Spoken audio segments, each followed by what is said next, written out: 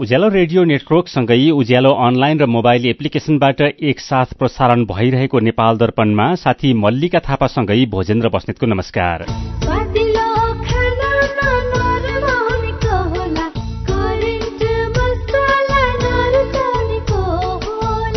नेपाल दर्पणको साथमा करेन्ट मसला र करेन्ट चिया, स्वादको झट्का। नेपाल दर्पण सुरु गरौं मुख्य खबरका शीर्षकहरूबाट। नेपाल र भारतका विदेश सचिव स्तरीय बैठक सम्पन्न, सीमा समस्याबारे कुरा उठेन।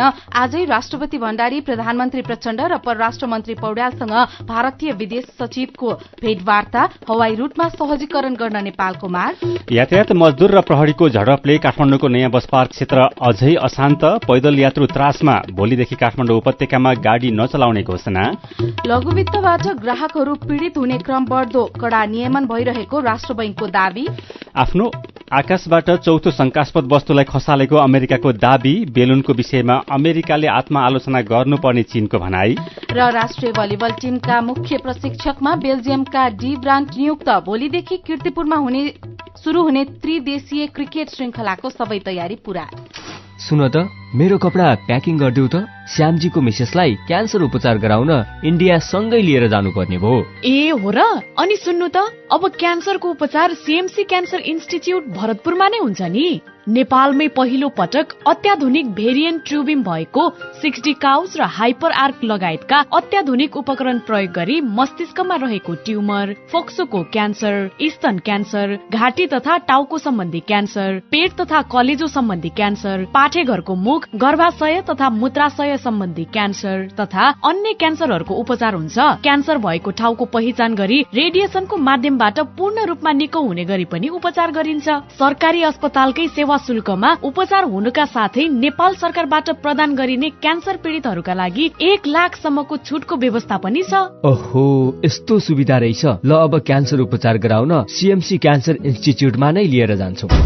क्यान्सर विरुद्ध आशाको किरण, सीएमसी क्यान्सर इन्स्टिच्युट। फोन 056 594 333 594 333। तिमीले पनि पाउने, मलाई पनि आउने कुरो आएपछि मन भयो रमाउने। आइएमई पे रिफर गरिदे, मलाई पनि फाइदा अनि तिमीलाई पनि छ। आइएमई पे रिफर गरिदे, मलाई पनि फाइदा अनि तिमीलाई पनि छ। IME pay refer and earn offer. IME pay mobile एपलाई आफ्नो साथी सर्कलमा रिफर गर्ने र सो रिफर एक्सेप्ट गर्ने दुवैले पाउनुहोस् 25-25 रुपैयाँ। नेपाल दर्पणमा अब खबरको सिलसिला। नेपालले भूकम्प प्रभावित टर्कीमा राहत सामग्री पठाएको छ। औषधि, मेडिकल उपकरण, न्यानो कपड़ा लगायत अन्य अत्यावश्यक सामग्रीहरू गरी 22 टन भन्दा धेरै सामग्रीहरू पठाएको परराष्ट्र मन्त्रालयले जनाएको छ। यसअघि माघ 25 गते प्रधानमन्त्री तथा मन्त्री परिषद कार्यालयमा बसेको राष्ट्रिय विपद जोखिम न्यूनीकरण तथा व्यवस्थापन राष्ट्रिय परिषदको बैठकले टर्कीमा अत्यावश्यक सामग्री र स्वास्थ्य कर्मी पठाउने निर्णय गरेको थियो। नेपालमा 2072 सालमा भूकम्प गएको बेला टर्कीले विशेषज्ञ सहित उद्धार टोली र राहत सामग्री पठाएको थियो। राष्ट्रपति विद्यादेवी भण्डारीसँग भारतका विदेश सचिव विनय मोहन क्वात्राले शिष्टाचार भेट गर्नुभएको छ। राष्ट्रपतिको कार्यालयमा भएको भेटमा द्विपक्षीय सहयोगका विषयमा छलफल भएको छ। भेटमा दुई देशबीचको ऐतिहासिक सम्बन्धका साथै कनेक्टिभिटी, ऊर्जा, व्यापार लगायत द्विपक्षीय सहयोगका विषयमा छलफल भएको परराष्ट्र मन्त्रालयले जनाएको छ। यस्तै भारतीय विदेश सचिव विनय मोहन क्वात्राले प्रधानमन्त्री पुष्पकमल दाहाल प्रचण्डसँग पनि शिष्टाचार भेटवार्ता गर्नुभएको छ। यसअघि बेलुकी प्रधानमन्त्रीको सरकारी निवास बालुवाटारमा प्रधानमन्त्री प्रचण्ड र भारतीय विदेश सचिव क्वात्राबीच भेटवार्ता भएको हो। भेटमा दुई देशको सहकार्यको विषयमा छलफल भएको छ। त्यसअघि भारतका विदेश सचिव क्वात्राले परराष्ट्र मन्त्री डाक्टर विमला राय पौड्यालसँग शिष्टाचार भेटवार्ता गर्नुभएको छ। मन्त्रालयमा भएको भेटमा उहाँहरूबीच द्विपक्षीय सहयोगका विविध विषयमा छलफल भएको छ। भेटमा द्विपक्षीय सम्बन्धलाई थप सुदृढ बनाउँदै विकास सहायता अभिवृद्धि गर्ने लगायतका विषयमा छलफल भएको मन्त्री डाक्टर पौड्यालले जानकारी दिनुभएको छ। उहाँले गौतम बुद्ध र पोखरा अन्तर्राष्ट्रिय विमानस्थलका लागि नयाँ अन्तर्राष्ट्रिय हवाई रूटका सम्बन्धमा समेत छलफल भएको बताउनुभयो। परराष्ट्र सचिव भरतराज पौडेलको निमन्त्रणामा भारतीय विदेश सचिव क्वात्रा बिहान नेपाल आउनु भएको हो। भोलिसम्म नेपालमा रहँदा उहाँले विभिन्न दलका शीर्ष नेता लगायतसँग उच्चस्तरीय भेटवार्ता गर्नुहुनेछ। यसैबीच नेपाल र भारतका विदेश सचिव स्तरीय बैठक सम्पन्न भएको छ। परराष्ट्र सचिव भरतराज पौडेल र भारतीय विदेश सचिव विनय मोहन क्वात्रा सहित दुवै देशका 7-7 जना प्रतिनिधि बीच काठमाडौँको एक होटलमा सचिव स्तरीय बैठक सम्पन्न भएको हो। बैठकमा अहिलेसम्म भएका विभिन्न सम्झौता र साझेदारीको विषयमा छलफल र समीक्षा भएको परराष्ट्र स्रोतले जनाएको छ। यस्तै दुवै पक्ष समग्र क्षेत्रको हितका लागि आर्थिक र विकास सहयोगलाई थप सुदृढ गर्न सहमत भएका छन्। यस्तै कनेक्टिभिटी, विद्युत व्यापार, कृषि तथा स्वास्थ्य सहितका विषयमा कुराकानी भएको छ। तर नेपाली भूमि, कालापानी, लिपुलेक र लिम्पियाधुरालाई भारतले आफ्नो दावी गरेको विषयमा भने यसपटक पनि छलफल नभएको स्रोतले जनाएको छ। प्रधानमन्त्री पुष्पकमल दाहाल प्रचण्डले जनयुद्ध दिवस अब नेपाल देशकै सम्पत्ति भएको बताउनु भएको छ। जनयुद्ध दिवसको अवसरमा पार्टी कार्यालयमा बिहान भएको कार्यक्रममा उहाँले परिवर्तन ल्याउने प्रमुख आन्दोलन र त्यसको नेतृत्वले जनयुद्ध दिवसको औचित्य सिद्ध गर्दै ऐतिहासिक आवश्यकतालाई मनन गरेर नै जनयुद्ध दिवसको अवसरमा देशभर सार्वजनिक विदा दिएको बताउनुभयो। यसैबीच सरकारले फागुन 1 गते अर्थात आज जनयुद्ध दिवसको नाममा सार्वजनिक विदा दिएको प्रति विरोध प्रदर्शन भएको छ। सरकारले जनयुद्ध दिवस भन्दै आज सार्वजनिक विदा दिएकोमा द्वन्द्व पीड़ित समुदाय र नागरिक समाजले विरोध प्रदर्शन गरेका हुन्। काठमाडौँ जिल्ला अदालत अगाडि भेला भएका नागरिक समाज, मानवाधिकारवादी संघ संस्थासँग आबद्ध व्यक्तिहरू र द्वन्द्व पीड़ितले जनयुद्ध दिवसको नाममा दिएको सार्वजनिक विदा खारेज गर्नुपर्ने र द्वन्द्व पीड़ितहरूलाई न्याय दिनुपर्ने माग राखेका छन्। राष्ट्रिय स्वतन्त्र पार्टीले तत्काल सरकारमा नजाने निर्णय गरेको छ। पार्टी केन्द्रीय कार्यालय वसुन्धरामा बसेको केन्द्रीय समिति र संसदीय दलको बैठकले तत्काल सरकारमा नजाने निर्णय गरेको बैठकपछि पार्टीका सहमहामन्त्री कविन्द्र बुर्लाकोटीले जानकारी दिनुभयो। उहाँले सत्तारूढ़ दलहरूले आफ्नो पार्टीसँग भएको सहमति तोडिसकेपछि आफू सरकारमा नबसेको स्पष्ट पार्नुभयो। उहाँले सत्तारूढ़ दलहरूले अझै सरकारमा आउन आग्रह गरे पनि पार्टीसँग भएको सहमति कार्यान्वयन नभई आफूहरू सरकारमा नजाने बताउनुभयो। त्यस्तै बैठकले राष्ट्रिय स्वतन्त्र पार्टीको केन्द्रीय समिति सदस्य 24 जनाबाट विस्तार गरेर 40 जना बनाएको छ। यसैबीच नेपाली कांग्रेसका महामन्त्री गगन कुमार थापाले यही फागुन 10 गते भित्र वर्तमान सत्ता गठबन्धन फेरबदल आउने बताउनु भएको छ। रूपन्देहीमा भएको कार्यक्रममा महामन्त्री थापाले पुसको 10 गते भित्र भएको एमाले सहितको सत्ता गठबन्धन फागुनको 10 गतेसम्ममा परिवर्तन गरेर छाड्ने बताउनु भएको हो। नेतृत्वले गरेको गल्तीका कारण चुनावी गठबन्धन भत्किएको भए पनि जनचाहना अनुसार कांग्रेस नेतृत्वको गठबन्धन बनाउने महामन्त्री थापाले दावी गर्नुभएको हो। फागुन 25 गते हुने राष्ट्रपतिको चुनावमा नेपाली कांग्रेसले उठाएको उम्मेद्वार निर्वाचित गराउने भन्दै महामन्त्री थापाले एमालेले प्रस्ताव गरेको व्यक्ति राष्ट्रपति निर्वाचित भएमा सिंहदरबार र शीतल निवासबाट समानान्तर सत्ता चल्ने जिकिर गर्नुभयो। पार्टीभित्र मतभेदहरू रहे पनि चुनावमा कांग्रेस नेतृत्वको गठबन्धनले नागरिकसँग गरेका वाचा र प्रतिबद्धताहरूलाई पूरा गर्ने दायित्वबाट पछि नहट्ने महामन्त्री थापाले बताउनुभयो। उप प्रधानमन्त्री तथा अर्थमन्त्री विष्णु पौडेलले रेडियोको आवश्यकता र उपयोगिता कहिल्यै नसकिने बताउनु भएको छ। 12औं विश्व रेडियो दिवसको अवसरमा काठमाडौँमा भएको कार्यक्रममा अर्थमन्त्री पौडेलले विश्वमा सूचना र संचारका नयाँ नयाँ साधनको विकास र विस्तार भए पनि रेडियोको उपयोगिता सधैँ रहिरहने बताउनु भएको हो। विगतका महत्वपूर्ण आन्दोलन र परिवर्तनमा रेडियोको महत्वपूर्ण भूमिका रहेको स्मरण गर्दै उहाँले सरकारले रेडियोलाई प्रोत्साहन र प्रवर्धन गर्ने नीति लिने उल्लेख गर्नुभयो। संयुक्त राष्ट्र संघको आह्वानमा सन् 2012 देखि विश्व रेडियो दिवस मनाउन शुरू गरिएको हो। नेपालमा विक्रम सम्वत 2003 सालमा काठमाडौँमा रेडियो नेपालको प्रसारण शुरू भए पनि औपचारिक रूपमा भने 2007 साल मंसिर 28 गतेदेखि प्रजातन्त्र रेडियोका नाममा रेडियो सञ्चालन शुरू भएको हो। एफएम प्रसारण भने 2052 सालदेखि शुरू भएको हो। रेडियोलाई आम संचारको प्रभावकारी माध्यमका रूपमा लिइन्छ, तर कोरोना महामारीपछि विश्वमा देखिएको आर्थिक संकटको असर रेडियोमा पनि परेको छ। देशका सबैजसो जिल्लामा एफएम रेडियो स्थापना भएका छन्, तर त्यसमध्ये केही आर्थिक संकटका कारण बन्द भएका छन् भने अरू केही बन्द हुने अवस्थामा पुगेका छन्। देशभर 750 भन्दा धेरै रेडियो सञ्चालनमा रहेको तथ्याङ्क छ। राजनीतिक परिवर्तनसँगै सामाजिक रूपान्तरणका लागि महत्वपूर्ण भूमिका निर्वाह गरेको रेडियोको योगदानलाई सरकारले बेवास्ता गर्ने गरेको गुनासो छ।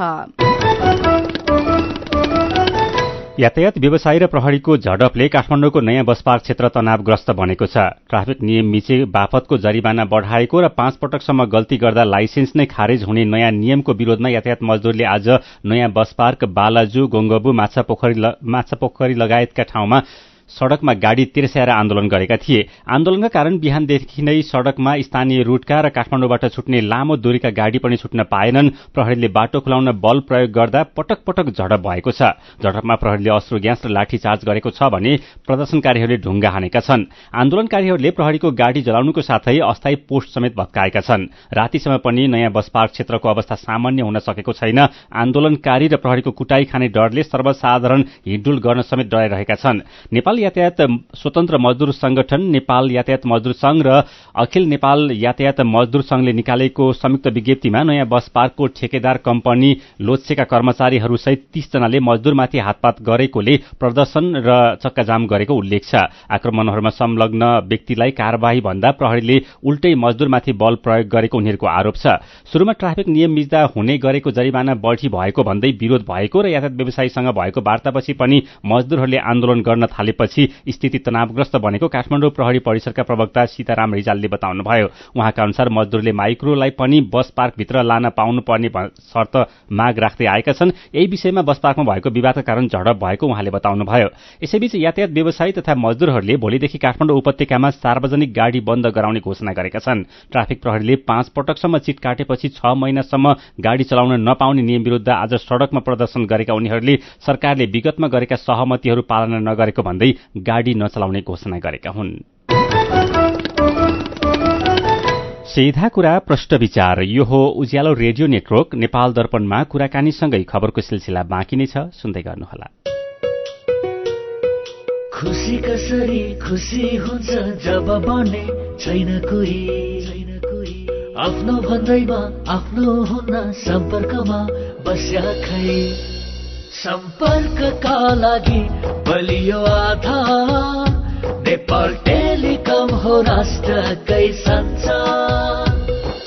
सम्पर्कको आधार राष्ट्रको सञ्चार, नेपाल टेलिकम राष्ट्रको सञ्चार। नेपाल टेलिकम राष्ट्रको सञ्चार। एचआईभीका बारेमा खुलेर कुरा गरौं। एचआईभी खराब आचरणको नतिजा नभई असावधानीको परिणाम हो, तसर्थ यसबाट बच्न असुरक्षित यौन सम्पर्क नराखौं। अन्य व्यक्तिले प्रयोग गरेका धारिला औजार जस्तै छुरी, दारी काट्ने ब्लेड प्रयोग नगरौं र रगत चढाउनु पर्ने अवस्था भएमा परीक्षण गरेको रगत मात्र चढाउँ। संक्रमित भइसकेकालाई समयमै उपचारमा लगाउँ र अकालमै हुन सक्ने मृत्युबाट जोगाउँ। समयमै उपचार गर्नाले संक्रमित गर्भवती महिलाले पनि स्वस्थ बच्चा जन्माउन सक्छिन्। Nepal youth foundation, 12+, Lumbini plus र मकवानपुर महिला समूह। सुनिश्चित भविष्य मात्र होइन बचत, आर्थिक स्वतन्त्रता हो, आत्मविश्वास हो, आत्मा सम्मान हो, सम्पन्न जीवन हो। बचत बचत गरौँ, बचत गरौँ, बचत गरौँ, बचत गरौँ। धेरै छन् बचतका खुशीहरू, बचत गरौँ। ग्लोबल आईएमई बैंक, सबैका लागि बैंक।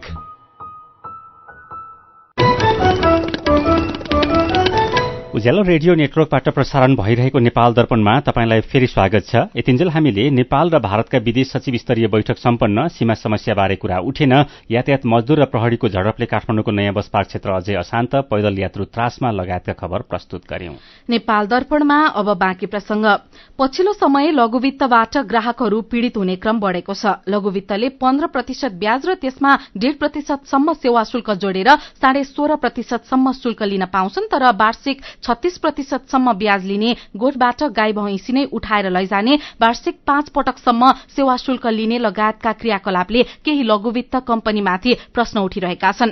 केही ठाउँमा त ऋणीले आत्महत्या गरेका, घरमा ताला लगाएर हिँडेका र गाउँ नै छाडेका दुःखद खबर पनि आइरहेका छन्। यस्ता विकृतिका विरूद्ध ठाउँ ठाउँमा आन्दोलन हुन थालेका छन्। 5 खर्ब रूपैयाँ कर्जा प्रवाह गरेको र 60 लाख जना सदस्य भएको लघुवित्त क्षेत्र नै गम्भीर समस्यामा जाने हो कि भन्ने चिन्ता पनि उत्पन्न भएको छ।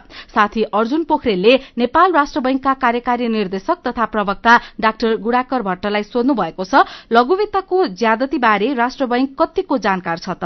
राष्ट्र बैंकको सम्बन्धित सुपरभिजन विभागले यसलाई चाहिँ निकै सजगतापूर्वक, सतर्कतापूर्वक र गम्भीरतापूर्वक लिएको विषय हो। यसमा चाहिँ लघुवित्त वित्तीय संस्थालाई हामीले सचेत पनि गराइरहेका छौँ, समयसँग सजग गराइरहेका छौँ। लघुवित्त वित्तीय संस्थाका ग्राहकहरूले पनि बुझ्नुपर्ने के हो त भन्दा हामीले लिएको कर्जा तिर्नुपर्छ। आज कुनै परिस्थितिका कारणले हामीले कर्जा तिर्न सकिरहेका छैनौँ भने पनि त्यसलाई चाहिने सम्बन्धित लघुवित्त वित्तीय संस्थामा गएर आफ्नो कुरा प्रष्ट राख्ने, लघुवित्त वित्तीय संस्थाहरूले पनि चाहिने ऋण उठाउँदाखेरि जबरजस्ती गर्ने होइन कि हिजो हामीले ऋण प्रवाह गर्दाखेरि कहाँनिर कमजोरी भयो त, त्यो विषयमा लघुवित्त वित्तीय संस्थाहरूले पनि आफ्नो पुनर्मूल्याङ्कन गर्नुपर्ने हुन्छ। 15% ब्याज र त्यसमा 1.5% अथवा 1.5% सेवा शुल्क लिनुपर्छ भन्नुभयो, लिने नियम छ भन्नुभयो। यसो गर्दा 16.5-17% सम्म हुने हो, तर विभिन्न शुल्क गरेर वार्षिक 36% सम्म पुर्याएको देखियो। यो विषयमा तपाईहरुसँग गुनासो नै नआएको हो कि? राष्ट्र बैंकमा आएका गुनासालाई राष्ट्र बैंकले गम्भीरतापूर्वक लिएर चाहिने सबै सम्बोधन गरिरहेको छ। अधिकांश आएका गुनासाहरूलाई हामीले सम्बोधन गरेका छौँ। हाम्रो लघुवित्त संस्थाको सुपरभिजन गर्ने विभागले पनि चाहिने यस प्रकारका कुनै गुनासा आएका छन् भने तिनीहरूलाई चाहिने जस्तो सेवा शुल्कमा गुनासो आएको थियो र त्यो सेवा शुल्कमा आएको गुनासोलाई राष्ट्र बैंकले गम्भीरता साथ लिएर चाहिने कतिपय लघुवित्त वित्तीय संस्थालाई यो विषयमा सचेत पनि गराइसकेको अवस्था छ। अब यो कतिपय ठाउँमा त उठीबास नै लगाएका पनि आए, टोल नै ताला लगाएर हिँडेको लघुवित्तको डरले। लघुवित्त वित्तीय संस्थाहरूलाई हामीले यो विषयमा अहिलेको परिस्थितिमा तपाईहरूले चाहिने ग्राहकलाई पनि कसरी चाहिने काम गर्ने वातावरण बनाउन सकिन्छ त्यो गर्नुहोस् भनेर भनिरहेछौँ र लघुवित्त वित्तीय संस्थाका ग्राहकको नाममा चाहिने जुन किसिमको चाहिने अलिकति बैंकिङ प्रणालीप्रति अविश्वास उत्पन्न हुने, बैंकिङ प्रणालीलाई भोलि समस्यामा पार्ने काम हुँदाखेरि त्यसले भोलि चाहिने समग्र बैंकिङ प्रणालीलाई समस्यामा ल्याउँछ। त्यो विषयमा चाहिने ग्राहकहरूको चाहिने माध्यमबाट अथवा ग्राहकहरूको नाममा क्रियाकलाप गर्दाखेरि त्यो क्षेत्रमा काम गर्ने मान्छेहरूले पनि सजग हुनुपर्छ। कतिपय ठाउँमा गाई भैँसी नै उठाएर लगिदिएका समाचारहरू पनि आए। त्यसरी उठाएर लैजान मिल्छ कि मिल्दैन? यदि ऋणी समस्यामा छ, उनीहरूले तोकेको भाका नागिसकेको छ भने घरमै ताला लाएर हिँड्नुपर्ने गरी गाई भैँसी नै गोठबाट उठाएर लैजान मिल्छ कि मिल्दैन?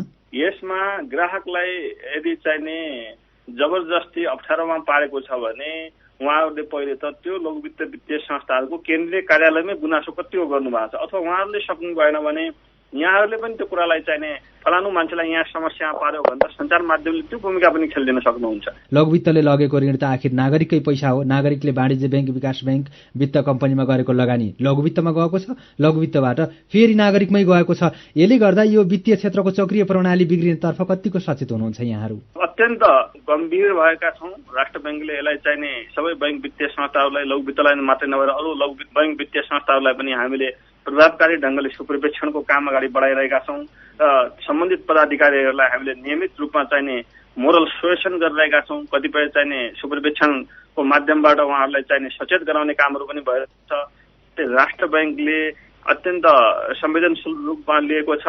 लघुवित्त प्रतिको विश्वास चाहिँ टुटाउने काम कसैबाट पनि गर्नु हुँदैन। बैंकिङ प्रणाली प्रतिको विश्वास चाहिँ टुट्नु हुँदैन। बैंक भनेको त अर्थतन्त्रको एउटा महत्त्वपूर्ण खम्बा हो। भोलि बैंकिङ प्रणालीमा कुनै समस्या आउँदाखेरि त्यसले चाहिने ठूलो समस्या ल्याइदिन्छ। उहाँ हुन्थ्यो नेपाल राष्ट्र बैंकका कार्यकारी निर्देशक तथा प्रवक्ता डाक्टर गुणाकर भट्ट। नेपाल दर्पणमा खबरकै सिलसिला। ट्रान्सपरेन्सी इन्टरनेशनल नेपालले संसद सचिवालयमा सम्पत्ति शुद्धिकरण, निवारण तथा व्यावसायिक वातावरण प्रवर्धन सम्बन्धी केही ऐनलाई संशोधन गर्न बनेको विधेयक दर्ता गराएको विषयमा ध्यानाकर्षण भएको जनाएको छ। आज एक विज्ञप्ति निकालेर ट्रान्सपरेन्सीले ऐनको मूल मर्म र उद्देश्य प्रतिकूल हुने गरी स्रोत नखुलेको सम्पत्तिमा कर तिरेमा त्यो सम्पत्तिलाई स्वतः वैधता प्रदान गर्ने अर्थात अवैध तरिकाले आर्जित धनलाई स्वतः वैध तुल्याउने बाटो प्रस्तावित संशोधन विधेयकले नलेखोस् भनेर सचेत पनि गराएको छ। सिन्धुलीको मरेड गाउँपालिकामा भएको मोटरसाइकल दुर्घटनामा परि 2 जनाको ज्यान गएको छ। वडा नम्बर 7 महेश्वता क्याम्पस चोक नजिक मदन भण्डारी लोकमार्गमा भएको दुर्घटनामा परि वडा नम्बर 4 का 33 वर्षीय जितेन्द्र माझी र मेष बहादुर माझीको ज्यान गएको प्रहरीले जनाएको छ। सदरमुकाम सिन्धुली माडीमा गुडिरहेको 58 प 9098 नम्बरको मोटरसाइकल अगाडि रहेको ट्र्याक्टरमा ठोकिएर दुर्घटना भएको थियो। तीव्र गतिमा रहेको मोटरसाइकलका चालकले पार्किङमा राखेको ट्र्याक्टर नदेख्दा दुर्घटना भएको हुन सक्ने प्रहरीको अनुमान छ।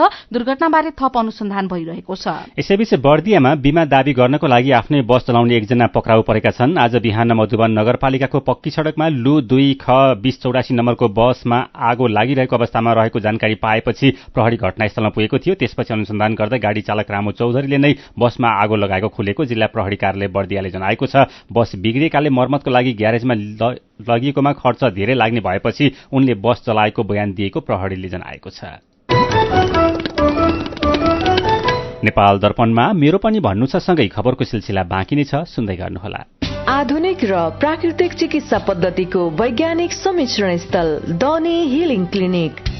यहाँ विशेषज्ञहरूद्वारा नसा, हाड जोड्नी, मांसपेशीका दुखाइ र अन्य समस्याको उचित परीक्षणद्वारा रोगको पहिचान, उपचार र परामर्श प्रदान गरिन्छ। Physiotherapy, acupuncture, Ayurveda, medical massage तथा विशेषज्ञहरूको सल्लाह अनुसार न्यूनतम प्रतिकूल प्रभाव हुने गरी उचित उपचार गरिन्छ। स्वस्थ जीवनशैली तथा निरोधात्मक परामर्शको लागि आउनुहोस्।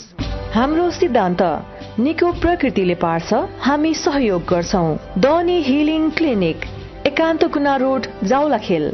Phone number 5521 885, 98 018 16 380। Website denihealing.com। सुरक्षित र समृद्ध होस् जिन्दगीको सेरोफेरो। भोलिको लागि सोच्नु पर्ने कर्तव्य हो तिम्रो मेरो। ढुक्क हुन भोलिलाई बिमा गरौँ है, नेशनल लाइफ इन्सुरेन्समा बिमा गरौँ है। विगत 35 वर्षदेखि सञ्चालनरत नेपालकै पहिलो अग्रणी जीवन बीमा company national life insurance company, Lazimpat, Kathmandu. Jasmine paint रंगको बहारमा उपहार उपहार। जस्मिन पेन्ट्स लगाऊ र लकी ड्र मार्फत वर्षैभरि हरेक महिना 1 लाख र उपहारहरू जितौं। यो योजना अन्तर्गत वर्षभरि प्रत्येक महिना लकी ड्र मार्फत 1 जनाले 1 लाख, 1 जनाले स्मार्टफोन, 10 जनाले DHI राइस कुकर र 100 जनाले घडी प्राप्त गर्न सक्नुहुनेछ। नेपाली मनको नेपाली रङ, जस्मिन पेन्ट्स।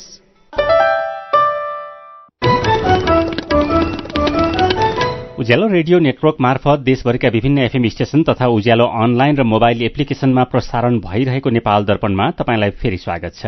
अब बाँकी खबर। पछिल्लो 24 घण्टामा 1 जनामा कोरोना भाइरसको संक्रमण पुष्टि भएको छ। PCR र एन्टिजेन गरी 549 जनाको नमूना परीक्षण गर्दा 1 जनामा कोरोना भाइरसको संक्रमण पुष्टि भएको स्वास्थ्य तथा जनसंख्या मन्त्रालयले जनाएको छ। थप 2 जना संक्रमित निको भएका छन्। नेपालमा कोरोना भाइरसका सक्रिय संक्रमितको संख्या 6 जनामा झरेको छ। फाइजरको नयाँ खोप बाइभ्यालेन्ट 3,45,000 डोज खोप नेपाल भित्रिएको छ। स्वास्थ्य सेवा विभाग आपूर्ति व्यवस्थापन शाखा प्रमुख सुरेन्द्र चौरसियाले नेपालमा पहिलो पटक भित्रिएको यो खोप बुस्टर डोजका रूपमा प्रयोग गर्ने बताउनुभयो। सोलुखुम्बुको थुलुङ दुधकोशी गाउँपालिका 7 देउसामा आगलागी हुँदा 37 लाख रुपैयाँ भन्दा बढ़ीको क्षति भएको छ। बिहान निवर्तमान ओडाध्यक्ष रामसंघर्ष किरातीको घरमा आगलागी भएको जिल्ला प्रहरी कार्यालय सोलुखुम्बुले जनाएको छ। म्याग्दीका विभिन्न 25 वटा ठाउँमा डढेलो लागेको जिल्ला वन कार्यालयले जनाएको छ। अन्नपूर्ण गाउँपालिकाका 8 मध्ये 6 वटा ओडाका विभिन्न ठाउँमा अहिले डढेलो लागिरहेको जिल्ला वन अधिकृत चन्द्रमणि सापकोटाले बताउनुभयो।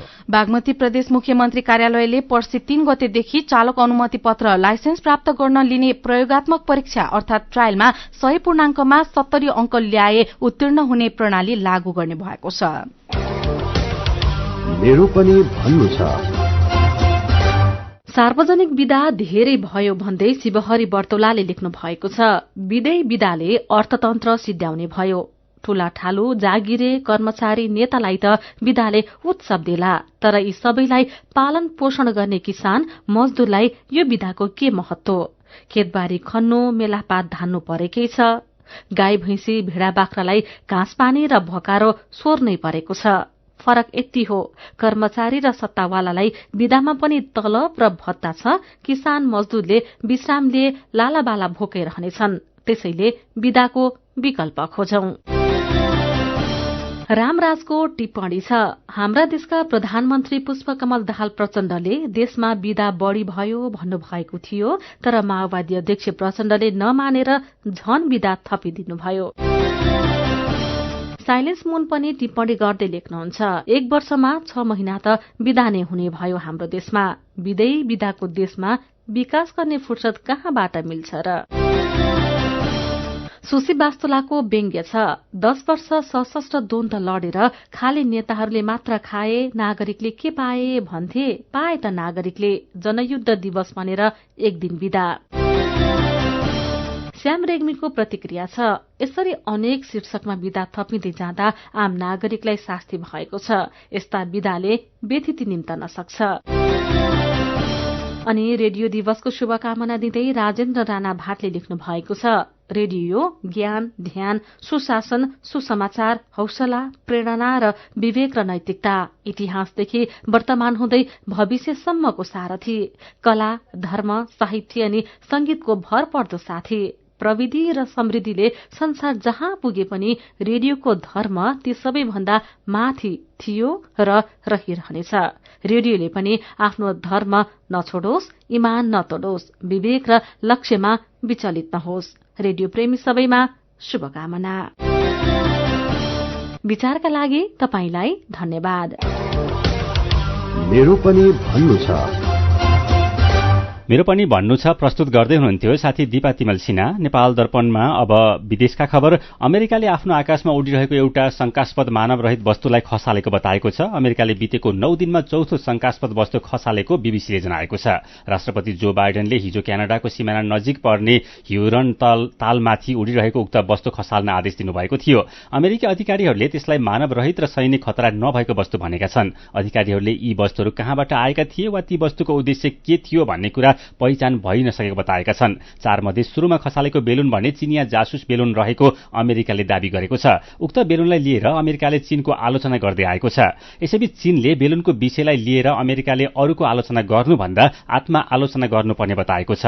आफ्नो मौसमी बेलुन बाटो बिराएर अमेरिकी आकाशमा पुगेको दावी गर्दै चीनले यस विषयमा अमेरिकाले आत्मा आलोचना गर्नुपर्ने बताएको हो। नियमित पत्रकार सम्मेलनमा चिनिया विदेश मन्त्रालयका प्रवक्ता वाङ वेनबिनले अमेरिकाले बेलुन खसालेर गल्ती गरेको बताउनुभयो। उहाँले गएको वर्ष अमेरिकाले आफ्नो आकाशमा 10 वटा भन्दा धेरै बेलुन उडाएको दावी पनि गर्नुभयो। अमेरिकाले आफ्नो आकाशमा आइपुगेका चिनिया बेलुन खसालेपछि दुई देशबीचको सम्बन्ध झनै तनावग्रस्त बनेको छ। ताइवानको विषयलाई लिएर चिसिँदै गएको सम्बन्ध सुधार्ने प्रयास भइरहेका बेला बेलुन काण्डले समस्या झनै बढेको हो। टर्कीमा भूकम्प गएको 178 घण्टापछि 1 जना 70 वर्षकी महिला र 6 वर्षकी बालिकाको जीवितै उद्धार भएको छ।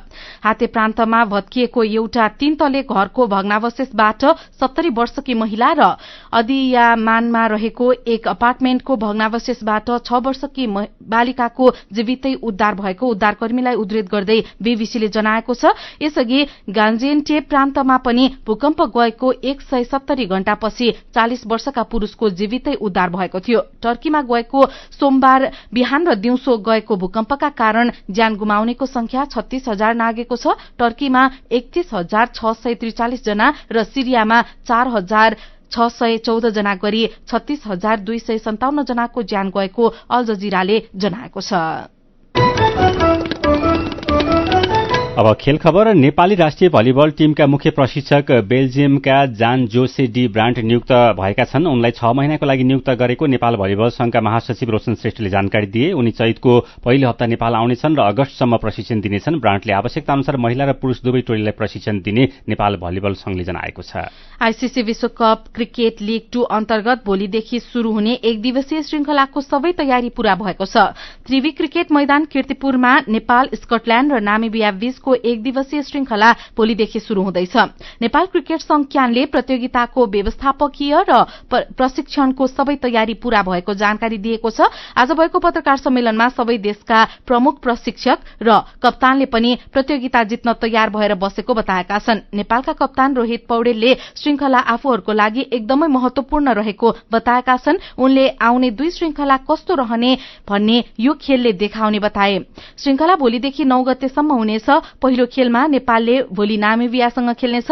दोस्रो खेलमा 5 गते स्कटल्याण्डसँग, 6 गते नामिबियासँग र 9 गते स्कटल्याण्डसँग खेल्नेछ। र आईसीसी महिला टी20 विश्वकप क्रिकेटमा अहिले आयरल्याण्ड र इङ्ल्याण्ड खेलिरहेका छन्। दक्षिण अफ्रिकाको पार्डमा पहिले ब्याटिङ थालेको आयरल्याण्डले ताजा अवस्थामा 18 ओभर 2 बलको खेल सकिँदा 115 रन बनाएको छ। इङ्ल्याण्ड पहिलो खेलमा विजयी भएको थियो भने आयरल्याण्डले आज पहिलो खेल खेल्दैछ। प्रतियोगितामा आज राति 11:15 बजे दक्षिण अफ्रिका र न्यूजील्याण्डले खेल्दैछन्। खेल खबरसँगै हामी नेपाल दर्पणको अन्त्यमा आइपुगेका छौं। आजका मुख्य खबरका शीर्षक फेरि एकपटक। नेपाल र भारतका विदेश सचिव स्तरीय बैठक सम्पन्न। सीमा समस्याबारे कुरा उठेन। आजै राष्ट्रपति भण्डारी, प्रधानमन्त्री प्रचण्ड र परराष्ट्र मन्त्री पौड्यालसँग भारतीय विदेश सचिवको भेटवार्ता। हवाई रूटमा सहजीकरण गर्न नेपालको माग। यातायात मजदूर र प्रहरीको झडपले काठमाडौँको नयाँ बस पार्क क्षेत्र अझै अशान्त। पैदल यात्रु त्रासमा। भोलिदेखि काठमाडौँ उपत्यकामा गाडी नचलाउने घोषणा। लघुवित्तबाट ग्राहकहरू पीड़ित हुने क्रम बढ्दो। कड़ा नियमन भइरहेको राष्ट्र बैंकको दावी। आफ्नो आकाशबाट चौथो शंकास्पद वस्तुलाई खसालेको अमेरिकाको दावी। बेलुनको विषयमा अमेरिकाले आत्मआलोचना गर्नुपर्ने चीनको भनाई। र राष्ट्रिय भलिबल टीमका मुख्य प्रशिक्षकमा बेल्जियमका डेभ रान्ट नियुक्त। भोलिदेखि कीर्तिपुरमा शुरू हुने त्रिदेशीय क्रिकेट श्रृंखलाको सबै तयारी पूरा। आजको नेपाल दर्पण सकिएको छ। प्राविधिक साथी संघर्ष विष्टसँगै हामी मल्लिका थापा र भोजेन्द्र बस्नेत पनि विदा हुन्छौं। उज्यालोको मोबाइल एप्लिकेशन र अनलाइनमा प्रसारण भइरहेका रेडियो र अनलाइनका सामग्री भाइबरमा पनि उपलब्ध छन्। सुक्खा समयमा आगलाईको धेरै जोखिम हुने भएकोले आगो बाल्ने वस्तुको सुरक्षित प्रयोग गरौं। नमस्कार।